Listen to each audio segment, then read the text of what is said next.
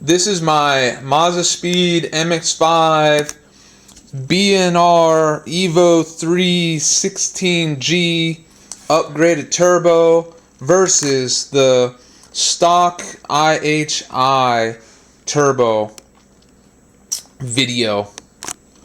But I guess the first thing that I'm going to do is I'm going to get this ruler over here and I'm going to put it across the compressor housing right here.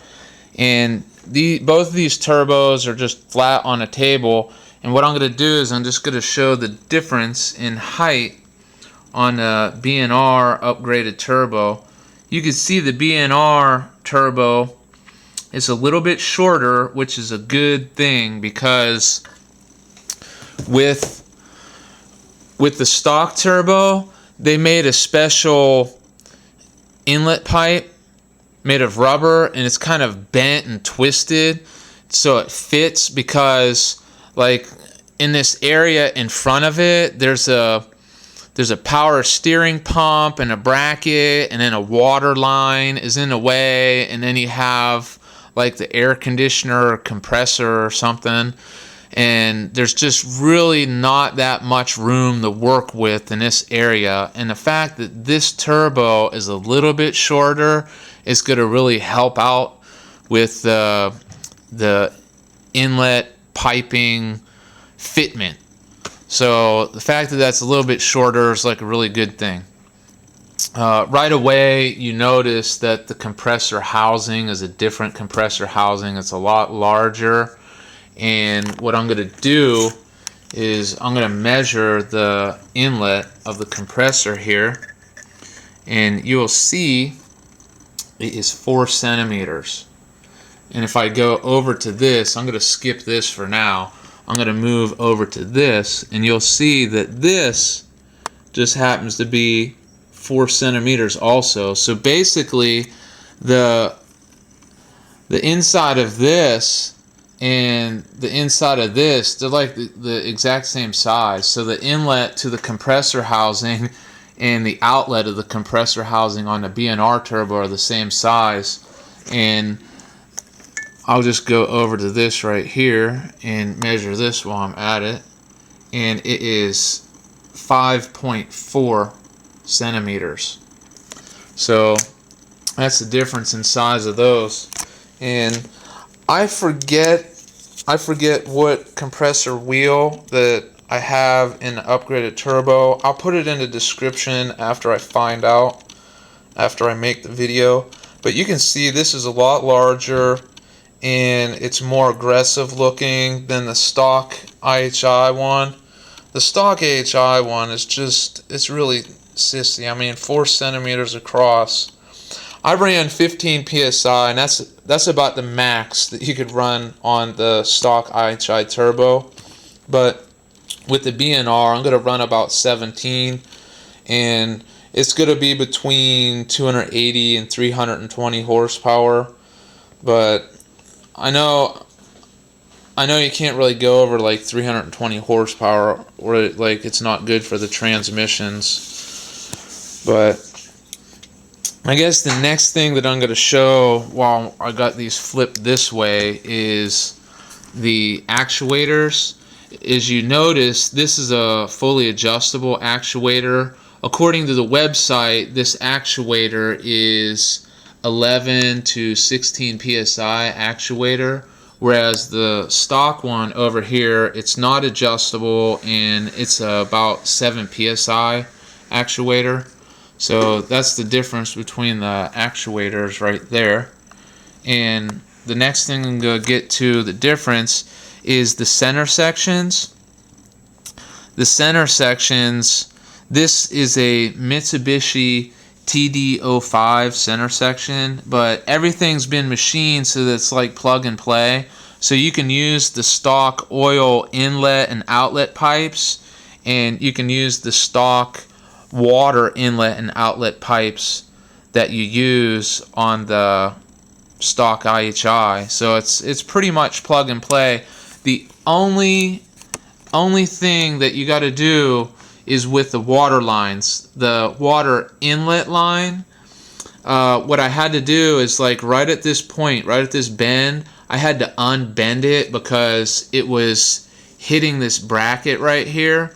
So I had to bend it away from the bracket and make sure it didn't get too close to the turbine housing right here.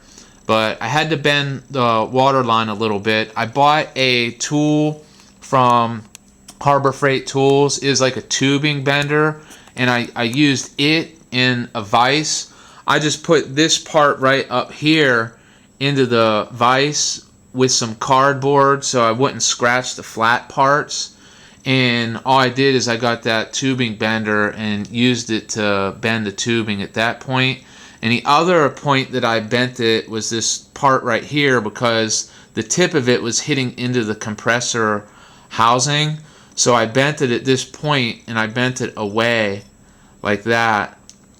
And I just put it into the vise. And I realized I didn't really need a tool. All you need is maybe a wrench, and you put the round part over, and you just kind of pry on it a little bit. And maybe use like a different size wrench or whatever, and you could probably bend the pipe like that and using a vise or something.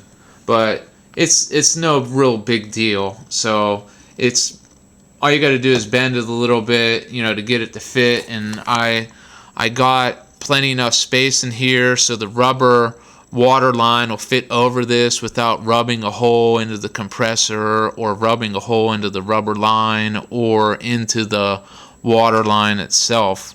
So, and another way that I bent it is I put a rag through here, and I just pulled out while it was on the engine. I kind of pulled it and bent it into final place. So that's what I did.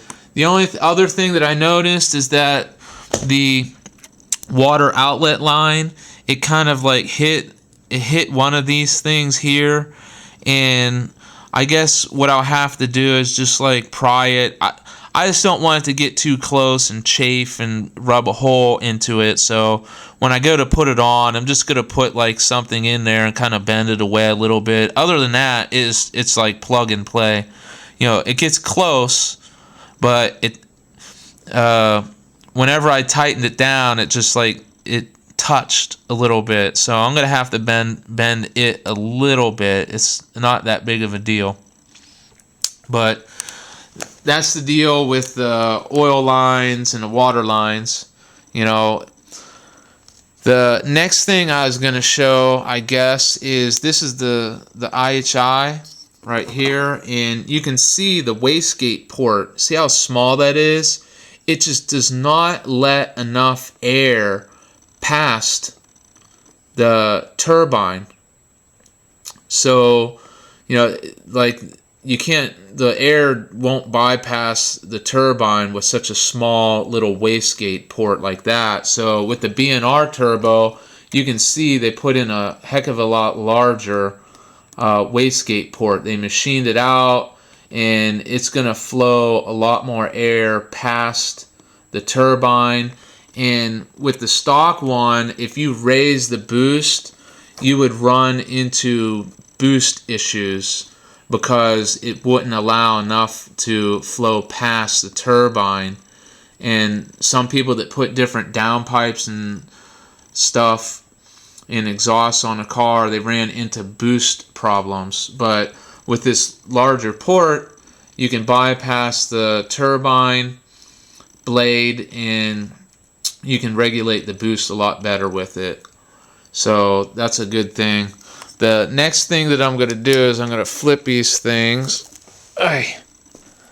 and we could look at the turbine sections here. The one thing I wanted to show is right here, you can see the flapper on the stock turbine. It's a pretty puny, and if you go over to this one, it is much larger. Yeah, the wastegate port is larger, so they had to install like a larger flapper, but that's the difference in the flappers right there. this is going to flow a lot more air. It'll allow more air to bypass the turbine wheel. The next thing that you're going to see is the turbine wheels themselves. This one, according to the BNR website, it's a TD05H turbine wheel. To me, it looks more aggressive than the stock one. And I'll go over to the stock one right here. Yeah, the stock one, I don't think it has as many fins. Another thing that you notice maybe is the casting marks whenever they made the turbine housing. This wasn't like machined yet, but over here you can tell that this has been machined, so it's a little bit larger in diameter to fit the turbine wheel. So I don't know if I went over it before, but what they did is on the BNR upgraded turbo, they used the same banjo. Like right here, they use the same banjo. This one right here, it says IHI. And if you go over here, you can see that says IHI. So basically, it's the same, like the same banjo was used to fit them together. But on the website, it says that the turbine housing is machined to fit the center section. So that's what's been done to this. So it's been machined at the outlet port on the BNR, and it's machined to fit the center section, this Mitsubishi TD05 center section. And the oil lines and the water lines, they're pretty much plug and play. All you gotta do is like do some minor bending and a vise with the water lines, and everything fits. So you'll be able to, what you'll be able to do is you'll be able to fit the BNR turbo directly up.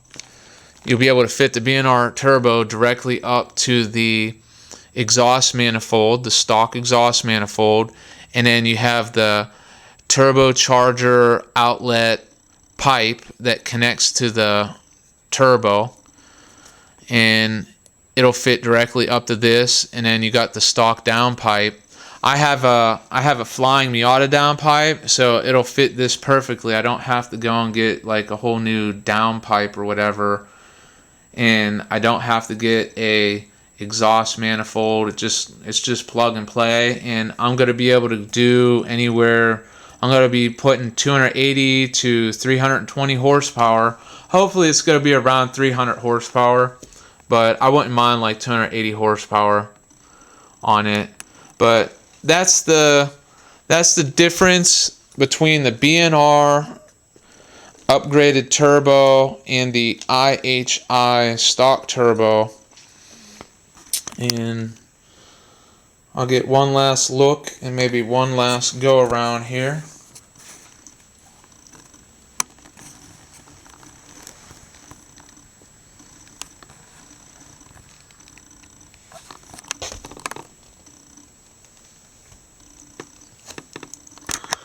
And that's my video for now.